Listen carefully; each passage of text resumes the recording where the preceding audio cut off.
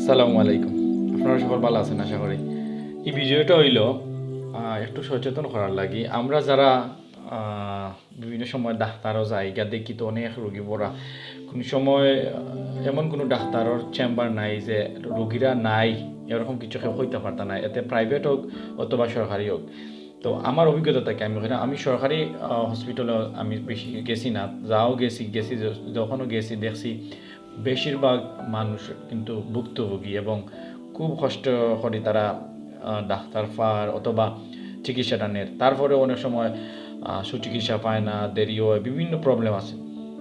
তো আমরা যদি আগে রোগী হইয়া হসপিটালে না যাই তাহলে তো আমরা এই ভুক্তভোগিতা হই না।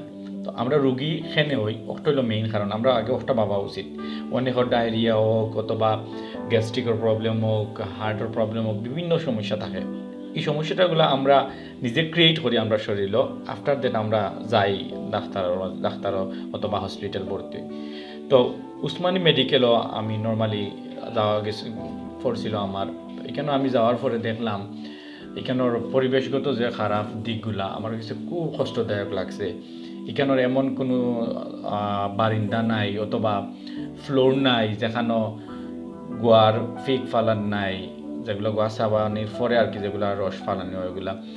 আবার সিগারেটের খোসা এমনি যে কোনো পলিথিনের ব্যাগ ফালানো রয়েছে কন্টিনিউ। আর আমরা যারা সাধারণ জনগণ তথা যারা রুগীও আছি কন্টিনিউ ওদিকে হাঁটাহাঁটি করলাম, যাইরাম আইরাম, আমরা জুতার লগেও জীবাণুগুলা যার পাশাপাশি আবার ওখানে দাঁড়াইয়া কেউ টেলিফোনও হাতের। এমনকি আমি ক্লিয়ারলি দেখছি মানে গ্রিলের মাঝে একটা গ্রিল থাকে সাইডে যে জানালো বা নর্মালি দেওয়ালের পাশাপাশি আর কি, গ্রিলের মাঝে অতটুকু থুতু ফালানি, বেশিরভাগ গোয়ার ফিক ফালানি ওইগুলা। তো এগুলা কিন্তু আগে আমরা এখন আইয়া কিন্তু সুস্থ হইতাম কি তা আরও অসুস্থ হই। তো আবার আমরা একটা জিনিস চিন্তা করলে দেখি যে আমরা বাড়িঘরও যে সময় থাকি, বাসার থাকি, তখন কিন্তু আমরা বাসা সব সময় ক্লিন রাখি অথবা বাড়ি ক্লিন রাখি, ফ্লোর ক্লিন রাখি, যথেষ্ট চেষ্টা করি যাতে ক্লিন থাকতো।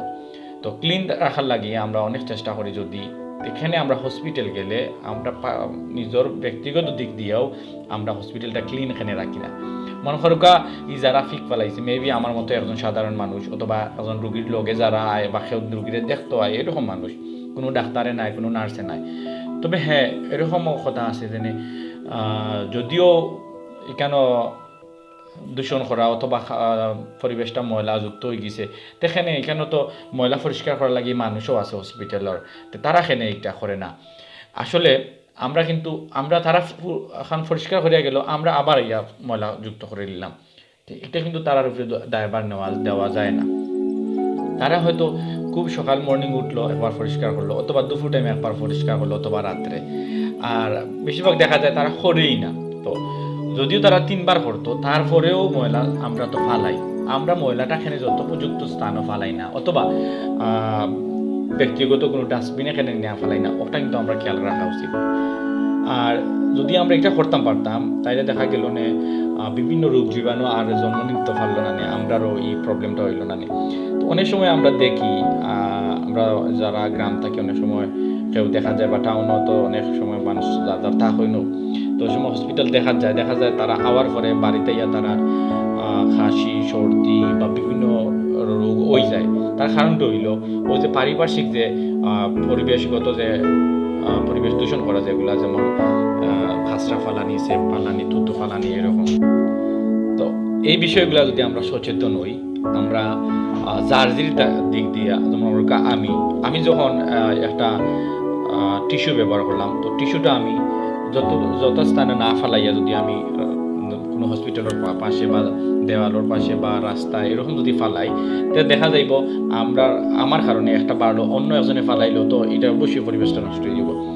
এই কথাটা যদি আমার টিস্যুটা যদি আমি ফালাই না, আমি একটা যথাস্থানও যেমন ডাস্টবিনও নিয়ে ফালাই, তো দেখা যাইব এইরকম প্রত্যেক ব্যক্তি যদি সচেতন হয় যার দিক দিয়া, তাইলে বিভিন্ন হসপিটালের বারিন্দা এই জিনিসগুলো পাওয়া যাইতো না।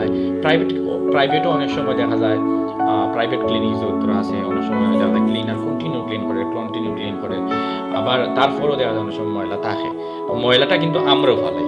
আমার মেইন কনসেপ্ট হইল আমরা যাতে সচেতন হই, আমরা কোনো সময় যাতে ময়লা ডাস্টবিন ছাড়া অন্য কোথাও না ফালাই অথবা তুতু ফালাই না, ওগুলো যদি আমরা সচেতন হই দেখবানে রোগ জীবাণু অনেক দূর হয়ে যাইব, আমরা শরীরে ওইতো নাই। আবার খাবার দাবারও আমরা কেয়ারফুল থাকতাম, ঠিক মতো হাত মুখ ধুইতাম, হাত মুখ ধুইয়া খাবার খাইতাম, খাবার পরা আবারও হাত মুখ ধুইতাম। আমরা হাত ধুই ঠিক আছে, আমরা কীভাবে হাত ধুই, ট্যাপটা ছাড়লাম আর হাতে একটু পানি নিয়েই জারি মারি ফেলে চলে আইলাম। তো এটা আসলে নাই। আমরা কিতা করতাম, হাত ধোয়ার যে নিয়মগুলো আছে এই নিয়মগুলো আমরা মানতাম, কীভাবে দুই হাত একসাথে নিয়ে হাত ধুইতে হয় ওগুলো আমরা করিয়া আমরা যদি বালা করিয়া হাত মুখ ধুই ঠিক মতো, তারপরে খাবার খাই বা যে কোনো সময় বাড়া গেছি, বাড়া থেকে আবার হাত মুখ ধুই, মানে নিজের শরীর বালা থাকবো, আবার আশেপাশে কারো রোগ জীবাণু ছড়াইতো না। সো আমরা সচেতন ওই বিভিন্ন হসপিটালের যারা, বেশিরভাগ হসপিটালে গেলে দেখা যায় রোগী সুস্থ হওয়া তো দূর কথা, আইয়া দেখা যায় বেশিরভাগ যে রোগী আইলো, রোগীর লগে যে আইলো হেও রোগী হয়ে যায়। তো আমার কথা হইল রোগী সুস্থ হওয়ার লাগি অবশ্যই একটা বালা পরিবেশ দরকার। উসমানী মেডিকেলও এরকম পরিবেশ নাই, বেশি দূষণ করা আমি একতলা দুইতলা তিনতলা সবটা তো আমি দেখছি সিঁড়ি লাগে সব খাসরা ফেলাই। তো খাসরাগুলো আমরাও ফেলাই, আমরা সচেতন যদি হয়ে যাই তো দেখা যায় ওই খাসরাগুলো কেন ফরতো নাই। যাও ছোটো বাচ্চা যদি ফালায় আমরা যদি একটু সচেতন হইয়া ওগুলো তারা আবার সচেতন করিয়া তুলি, তারা ওইখানে ফালাইও না, অথবা আমরা একটা টানা করে এনে ফালাই দিই ডাস্টবিনও, তো দেখাইব আস্তে আস্তে পরিবেশটা হইব। কত হইল আসুন আমরা সবাই মিলে পরিবেশ রক্ষা করি, আমরা সবাই মিলে সমাজের লাগে কিছু করি, আমরা সবাই মিলিয়া রোগ জীবাণু দূর রাখি। সো ভালো থাকা, আসসালামু আলাইকুম।